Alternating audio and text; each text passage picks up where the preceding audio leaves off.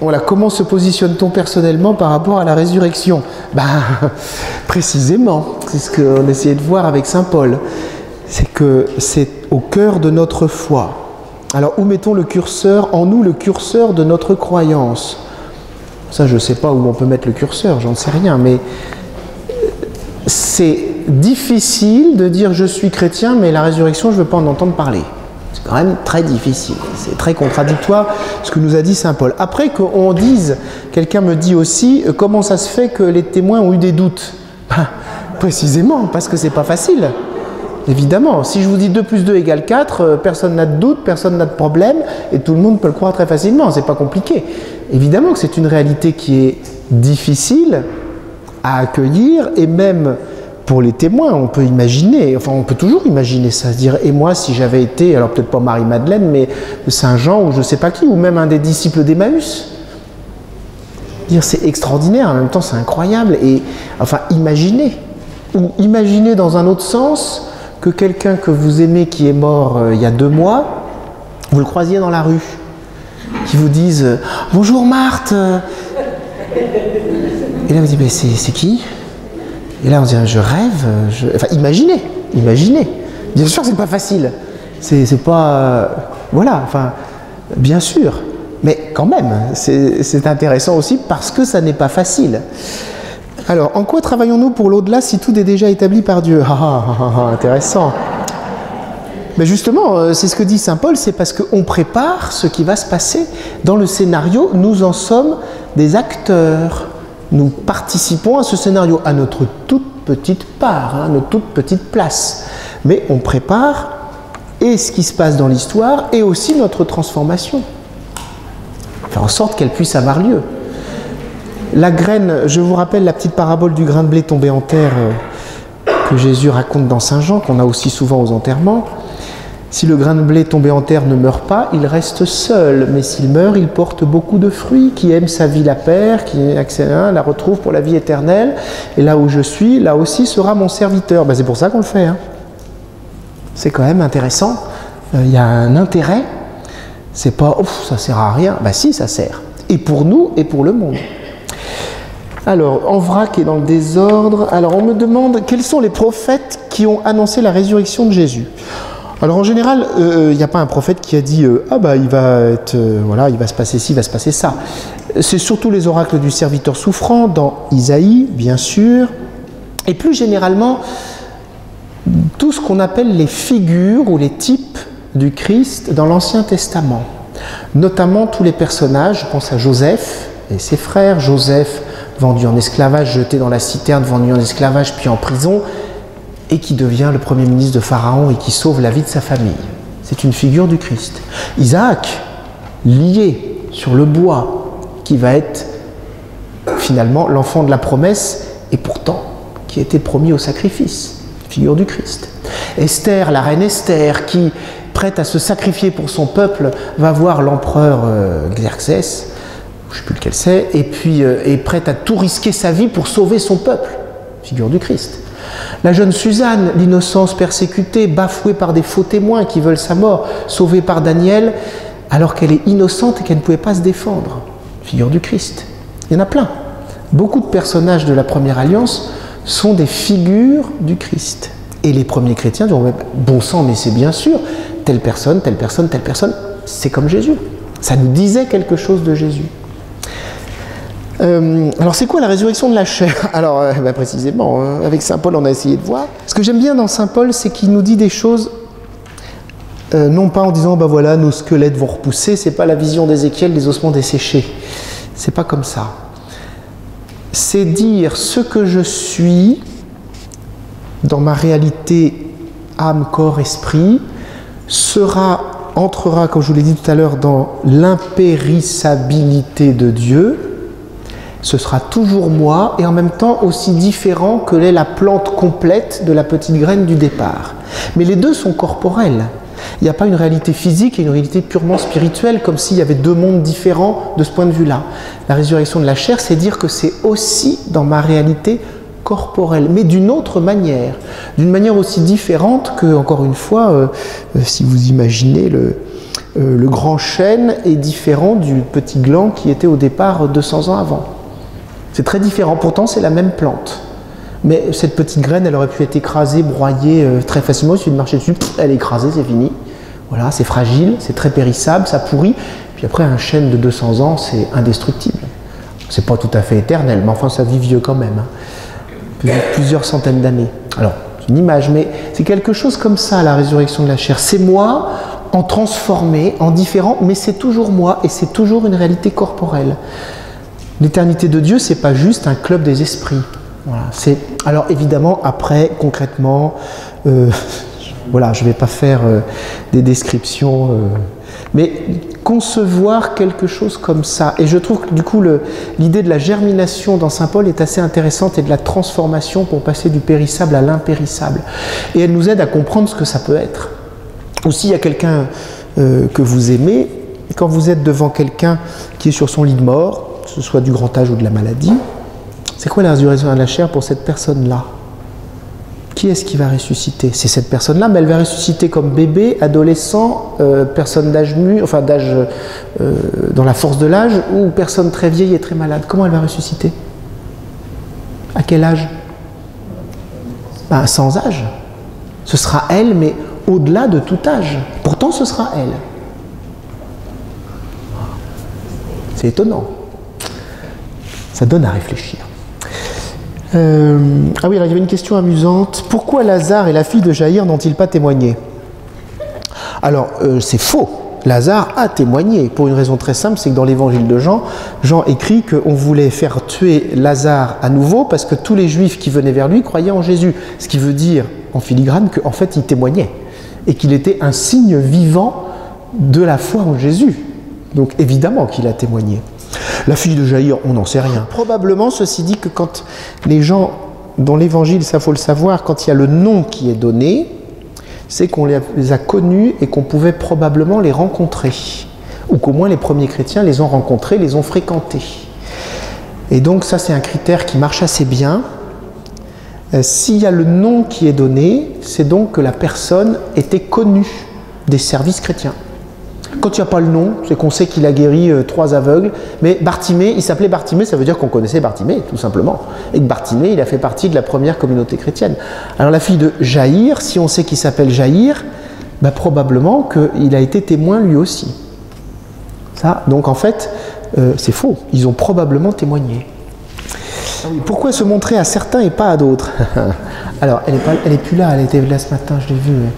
Pourquoi sœur Bernadette Moriot a été guérie à Lourdes et pas une autre? Vous savez, vous? Non, ben moi non plus. Voilà. Ça s'appelle le mystère de l'élection. Pourquoi certains? Saint Pierre dit des témoins choisis par avance. Pourquoi Jésus a appelé les 12 qu'il a appelés, y compris Judas d'ailleurs, et pas d'autres? Ben, j'en sais rien. C'est lui qui les a appelés. Hein. Là, c'est la providence de Dieu qui décide. Alors, selon quels critères? Ben, vous demanderez au Seigneur. Hein. Sûrement, c'est très très bonne raison. Sûrement de faire ce qui est sûrement le mieux. Quoique, il choisit quelquefois des gens qui ne sont pas terribles. Mais c'est exprès. C'est quand même exprès. Alors, cette question me fait rire parce qu'elle ressort souvent avec plein de styles de conversation, mais elle est tellement dans notre époque où tout le monde veut avoir droit à tout et il faut exclure personne. Et même, alors je parle à catéchistes et des gens que je connais en partie parmi vous, mais voilà, même quelquefois des réactions qui me surprennent. Ah ben, un enfant, voilà, dans une messe de caté qui n'est pas baptisé, ah ben quand même, il va se sentir exclu parce qu'il ne peut pas. Bah, oui, mais bon, bah, il n'est pas baptisé, quoi, c'est tout. Il n'est pas encore baptisé, il le sera un jour. Parce que si tout le monde est tout pareil et tout le monde peut tout et tout, enfin, plus rien n'a de sens, quoi. Et c'est bien sûr, certains ont des choses, d'autres pas. Et c'est vrai pour tout dans la vie. Et notre époque où ça devient insupportable. Je suis un homme, je peux devenir une femme, je suis une femme, je peux devenir un homme. Je peux tout, ma volonté toute puissante de tout avoir, tout le temps, comme je veux. Ben non. Non, il y a des choses que j'ai, d'autres que j'ai pas. Il y a des gens qui sont bénéficiaires d'un miracle, d'autres pas. Il y a des gens qui ont des talents, d'autres pas. Voilà, c'est la réalité de la vie. Et ce qui est beau, c'est de se dire que chacun, dans ce qu'il est, a quelque chose de beau à vivre et pas de rêver toujours à ceux qu'on n'a pas. Alors Dieu, Jésus, a choisi ceux à qui il voulait se montrer. Alors, il a estimé que ça suffisait comme ça. De l'autre côté, vous lui demanderez pourquoi, hein, mais en tout cas, on n'a évidemment pas la réponse. Alors oui, ça c'est amusant. Notre propre résurrection à la suite du Christ, on y croit, tant mieux. Mais comme les disciples avaient du mal à reconnaître Jésus, comment nous reconnaîtrons nos proches? Ah, après tout, pourquoi pas? Oui, nous on a du mal, de notre point de vue, à nous. Mais Jésus ressuscité, est-ce qu'il y avait du mal à reconnaître les gens qu'il rencontrait? Bah non. Voilà, donc même il savait même mieux que eux qui ils étaient. Donc en fait, évidemment, de l'autre côté, dans cette réalité-là, nous n'aurons pas ce problème. Nous l'avons aujourd'hui parce que nous sommes très limités, mais évidemment que nous serons, enfin, c'est difficile à imaginer, mais dans le même état, si j'ose dire, que le Christ ressuscité. Donc évidemment, il n'y aura pas ce problème. Quelque chose d'une plus grande beauté dans la relation et dans la connaissance les uns des autres, dans la vérité et dans la qualité de relation. En vrai. Et pas seulement un peu comme on a des relations, nous, ici. D'ailleurs, quand on dit reconnaître physiquement, c'est aussi connaître ou reconnaître. Il y a le physique et puis il y a tout l'intérieur. Les gens, on les connaît un peu. Mais qu'est-ce qu'on connaît des gens, même de nos plus proches, en fait? Le mystère de cette distance. Alors, voilà, plus qu'un livre d'histoire, chaque évangile est l'expression de la foi de communautés chrétiennes différentes, écrites après de nombreux relais de traditions orales qui ont relu les événements. Bon, voilà, pourquoi pas, c'est un petit peu ce que je vous ai dit, pas tout à fait, mais quand même. Comment retrouver la vérité du début? Cela ne remet pas ma foi en question, mais me gêne dans la transmission. Alors, c'est ce que j'ai essayé de faire au début, quand je dis, après les 4 récits des 4 évangiles, je dis, voilà, historiquement, d'un point de vue événementiel, voilà les points communs, voilà ce qui s'est passé. La petite liste que je vous avais faite avec c'est le dimanche matin, c'est au tombeau, c'est les femmes d'abord, à chaque fois il y a un ange, voilà. C'est ça qu'on a, c'est ça dont on dispose sur cette réalité du début. Alors après, les exégètes vont reconstruire minute après minute, peut-être, ce qui s'est passé. Est-ce que c'est ça le plus important? Le plus important, c'est la rencontre. C'est qu'il y a 2 choses importantes. C'est qu'il y a un événement historique dont on a quelques points de repère assez clairs, assez précis. Mais après,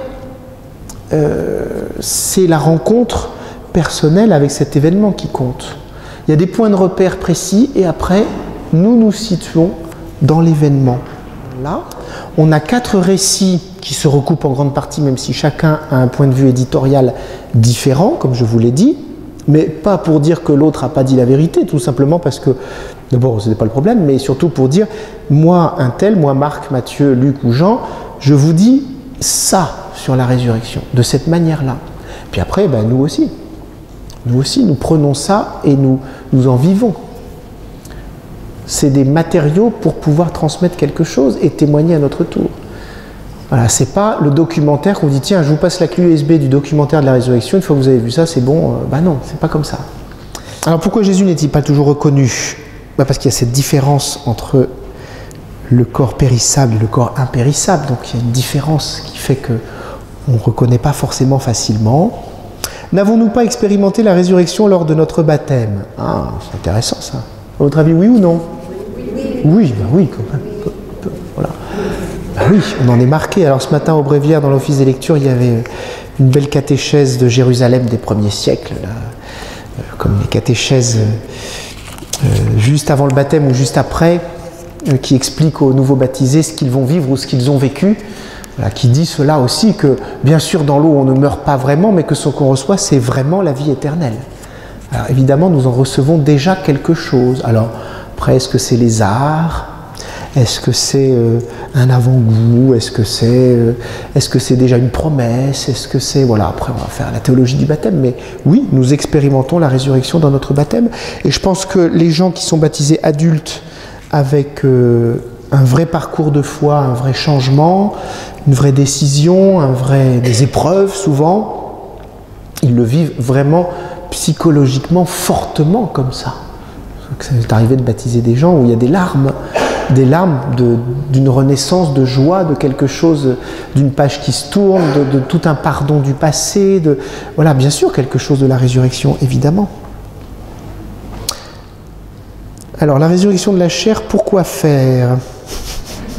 Ah, Pourquoi faire? Je ne sais pas, moi. Pourquoi Dieu a créé le monde? Pourquoi faire? Vous lui demanderez.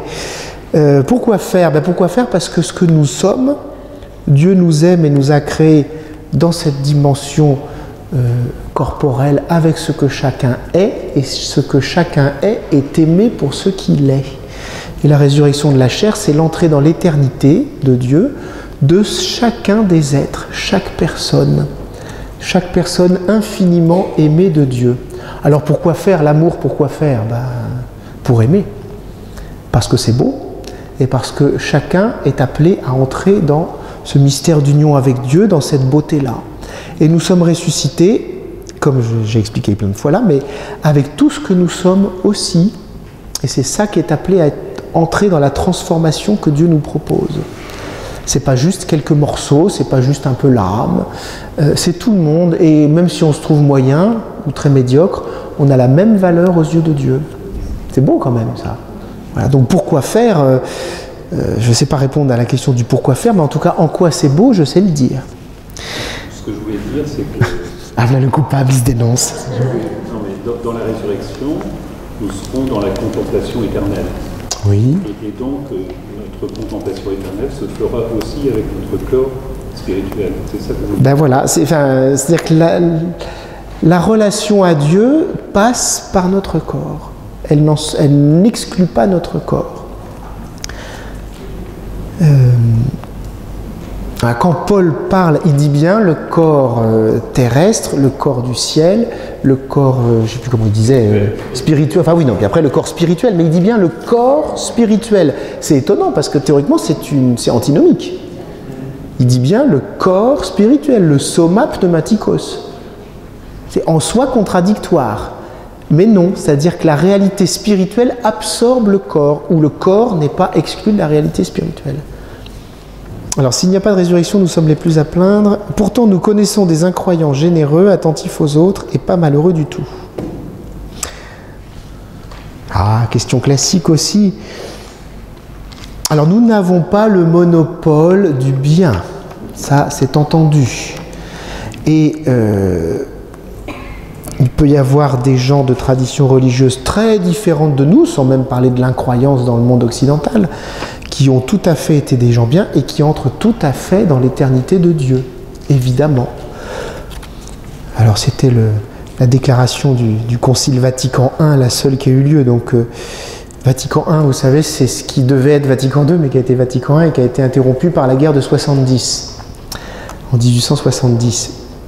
Et il y a quand même un texte qui a été promulgué, dont un des éléments est de dire que, alors c'est étonnant pour l'époque, c'est que une personne humaine non chrétienne, non croyante, enfin l'être humain peut arriver par ses seules forces et sa seule intelligence à la rencontre et à la connaissance de Dieu, même en dehors de la révélation judéo-chrétienne. Étonnant. Il y a la capacité de rencontrer Dieu en l'homme. Il y a la capacité de faire le bien, et au-delà de la vie, il y a la capacité de rencontrer Dieu. Nous n'en avons pas l'exclusivité ni le monopole. Quand Paul écrit « Si il n'y a pas de résurrection, nous sommes les plus à plaindre », il parle aux chrétiens. À nous, chrétiens, nous serions les plus à plaindre parce qu'on perdrait sacrément notre temps. C'est ça qu'il veut dire. Et c'est pour ça qu'il dit « Alors, s'il n'y a pas de résurrection, mangeons et buvons, car demain nous mourrons. » C'est ça qu'il veut dire. Puis, alors après, là, voilà, la théologie, les souvenirs du séminaire, mais bien sûr, pour la foi des chrétiens, l'entrée en Dieu, c'est le fait que de l'autre côté, toute personne, même notoirement incroyante, découvrira le sens de ce qu'elle a fait. Alors après, la liberté de chaque être humain de se déterminer en faveur de Dieu ou pas. Évidemment, nous croyons qu'il y a Dieu et que c'est Jésus qui sauve. Mais ça ne veut pas dire qu'on le sait dès ici-bas. On ne le sait pas forcément. On peut le vivre sans le savoir. Puis aussi ne pas le savoir et ne pas le vivre d'ailleurs. Mais voilà, tout est possible dans ce domaine. Voilà, bon, je pense que j'ai fait le tour d'à peu près toutes les questions. Bon, ça va? Bon, merci.